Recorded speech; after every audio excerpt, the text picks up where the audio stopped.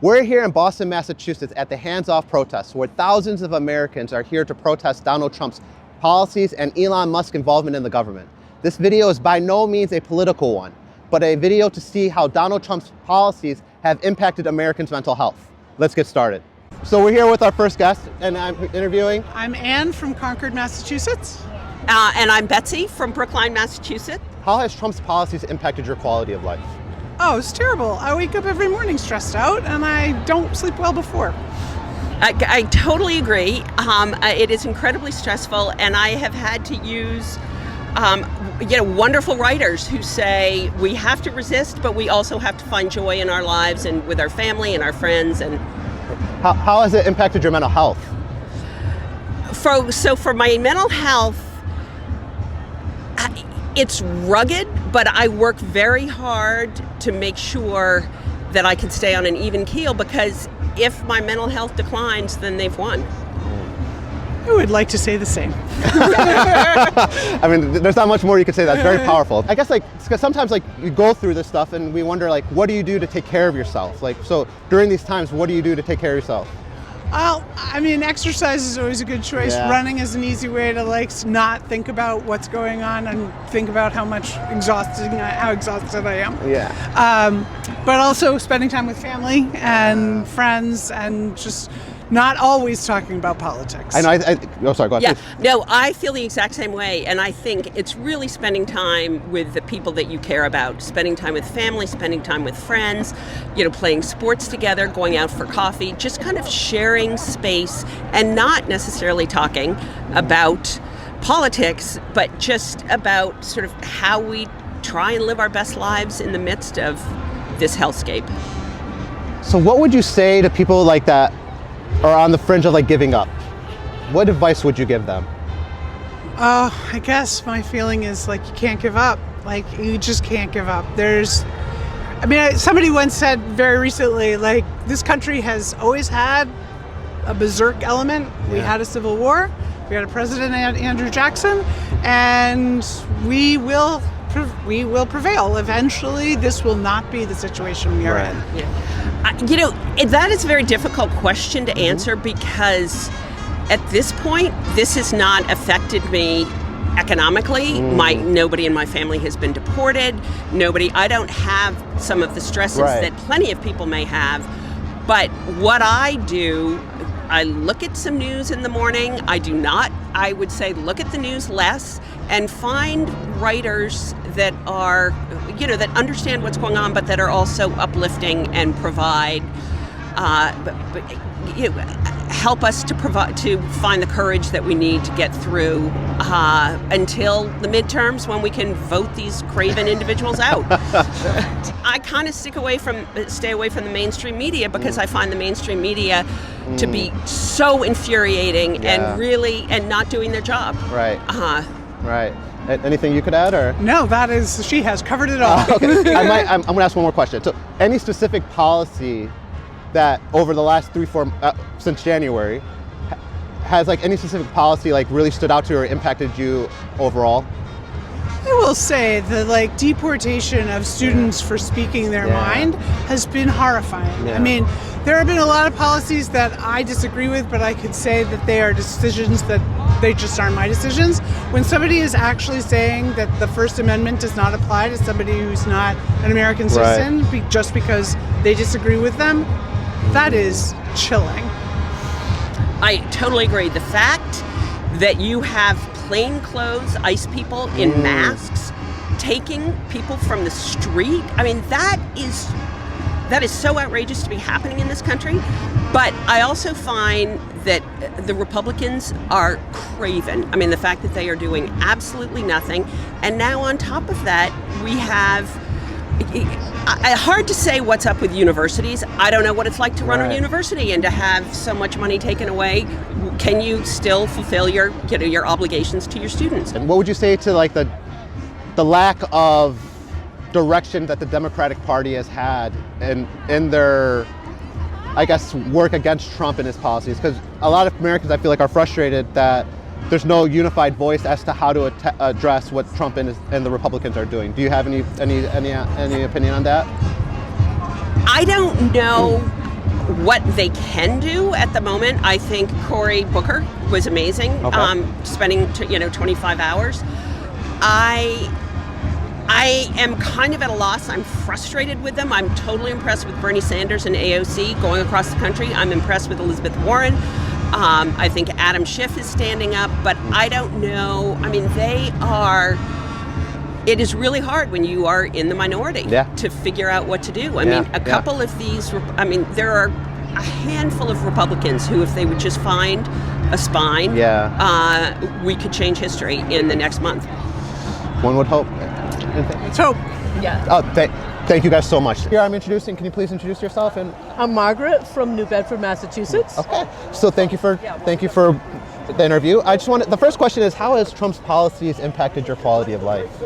Well, yeah. So I feel a lot more stress in my life. I'm totally concerned about, totally appalled at what his sending of weapons, this continuation of weapons to Israel, so that there's bombing of human beings and this total disregard for humanity. It's total, for me, it's just ripped my life apart, totally changed it. Right. Along those lines, you mentioned it, you kind of alluded to it, but how has it impacted your mental health? How would you say that? Yeah, so mental health. So I know that now I can tend to be more sleepy. I used to never be emotional, but I can tell you that I called down to Washington to thank 2 senators. I spoke to people, and I was crying on the phone. I don't do that, but this is so impactful. This is so inhumane. It has to stop. What would you, you mentioned being politically active. How do you, and your mental health being impacted by all of this, what do you do to take care of yourself? Well, down in New Bedford, we've actually started a group. It's called Being Human. Right. It's at the Unitarian Church, which has welcomed our group. And we have a chance to talk to each other. It's been really supportive. So I encourage other people to do this as well. So start groups. Talking to each other. Like a support group in a way. Support group, absolutely. Right. And then my last question is, what would you say to anyone who's given up? What would you say to what advice would you give them? I love that question. Don't give up, okay? Be strong. We're not in Gaza. We feel the effects, and yet we stay together, we link arms, and together we'll pull through this. We'll pull through for Gazans and for ourselves. Thank you so much. That was beautiful. I appreciate your kind words. So I have my next 2 guests. Where are you guys from? I'm Anthony from Boston. I'm Ashley from Boston. Okay. And how would you say, the first question is, how would you say Trump's policies impacted your quality of life? Well, very poorly, I think. Is this okay? Yeah. I work at UMass Boston, and I'm in the work-study program. I'm an undergrad student there. And we had, at one of the shifts, one of my coworkers didn't show up for his shift. And we didn't know if he was just goofing off and sleeping in and being a typical college kid, or if something had happened to him. And so the level of uncertainty that fear. It's really like a campaign of terror against the people that make this country as great as it has been, ironically. UMass Boston is the 3rd most diverse college campus in the country, and we're extremely proud of that. And we have a large body of people who are here on student visas, and they are my friends and they're my coworkers, and I talk to them and I go to class with them every day. And it's been terrifying for our community not to know what's going to happen. Going off of that, I'm a public school teacher, and many of my students are immigrants as well. And so every day I go in and I have to tell them the news, really. It's a civics class, there's no way to hide from it, and they're scared, and that makes me scared. I would do anything for my kids. There have been teachers across the nation that have literally taken bullets for them. I would too. And I'm so terrified of the ICE Gestapo coming into my school. I will do everything I can for them, but really we shouldn't be in this position at all to begin with. So what would you say the environment of your classroom is like during these times? Scared, fearful. People, it's hard to focus on tests when you're worried about if your mom's safe, if your dad's safe, if you're safe. It's a lot of fear. It's a lot of fear and uncertainty, and people are not able to focus on their classwork. I'll tell you that. And what grade? Like what's the grades that you guys that you teach? I teach 8th grade. Oh wow. I'm an undergrad. An undergrad. Okay. So the next question is, so we kind of alluded to it, like the fear aspect of it, but how has like the Trump's policies impacted your mental health? It's affected my health extensively. I find it hard to enjoy things, honestly, because it feels like there's a cloud hanging over everything, right? I used to play a lot of video games as a kid. There were some great video game releases that were announced, and I felt nothing during it, right? Because I love to game, right? I love to have fun, but how can I express myself? How can I just sit back and relax while this is happening? It feels totally impossible with just this dark cloud hanging over everyone's head. It feels impossible just to relax and do what I want to do. Right. Please, So I'm a queer person, and my wife is a transgender woman, and so there have been so many days where we have just been like lying around our apartment sad, and like it was kind of, well, it's, I mean, we're gonna get to this because like this is the antidote, I think, is getting organized and coming out and building a fight back so that you don't feel so helpless. So in a way, it's lit a fire in us, but it also has really. There were a couple of days that she was just like right after the election, she was having a really hard time. I was having a really hard time. We didn't know. It's hard to see like the person that you love being like just like slandered and maligned all the time in the media. It really like wears down on both of us and our little family, I think. I don't think like one of the things that gets lost is like the way politicians are saying things, especially like in hearings, like with racial slurs or gay slurs and things like that, and like that definitely impacts, like that hits. I feel like 100%. What do you do to take care of yourself? I'm Mexican American. I rely on my community a lot. I really rely on my family and my connections back home in California to give me the strength I need to go on. It feels a lot easier to go on when you know you have a community with you that's able to love and support you. And I think it's so important that we, especially in this era, are able to meet our neighbors and to build local community, and that we're able to be there for one another when we're, not just when we're feeling scared about Trump, but when we're sick, right? When we need help in any of the things that we need in our lives. Help moving, everyday life, right? Absolutely. I rely on my community. A lot of people at the rally today have been talking about the need to build a vote in the midterms, and I think that's true, but I think that there are 2 years between now and then. So in those, every single day, what can we do to strengthen our communities and protect ourselves and each other against these attacks? What would you say to Americans who are frustrated with like the Democratic Party's lack of voice or like direction during this time? Because I feel like as an American, like you have the Republicans who are doing what they're doing, and then you have the Democrats who like really don't have a unified front to go on. What would you say to that? I think now is the time to organize outside of the Democrats. And I think that we've seen the Democratic Party drop the ball on Capitol Hill. I come from a family that's voted Democrat for generations, and they're very upset, to say the very least. I think that in the United States we have this tendency to view political action as every 4 years I go out and vote, or maybe if you're really crazy, every 2 years go out and vote.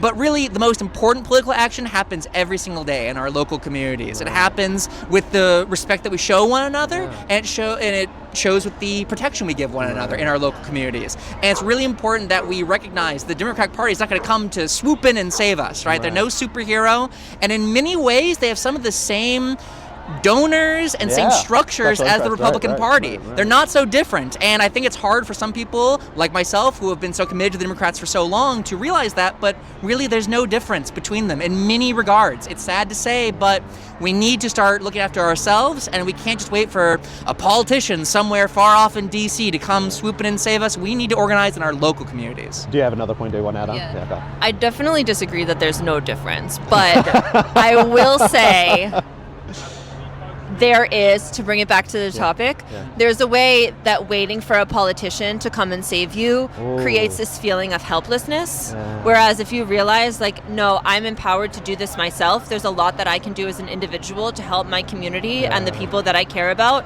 that to me is the best antidote against despair. Oh, that's beautiful. Thank you. So last question.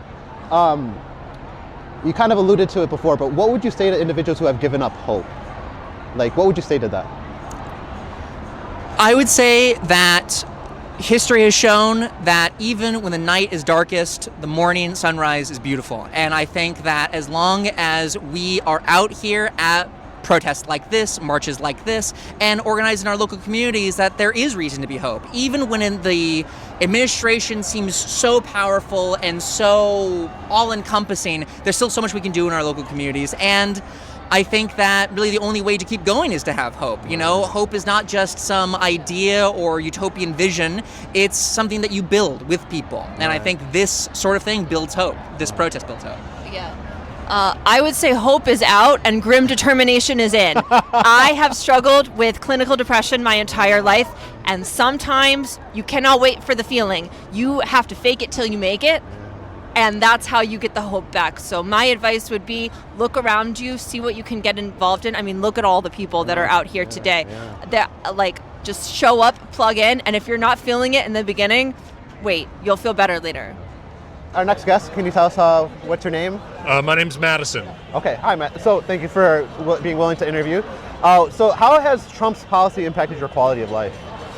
Well, I guess as of right now, Trump's policies haven't directly impacted my quality of life per se. I guess prices haven't really fluctuated that much in the things that I buy in my day-to-day life, but I'm definitely seeing it on the horizon, and it is a little stressful.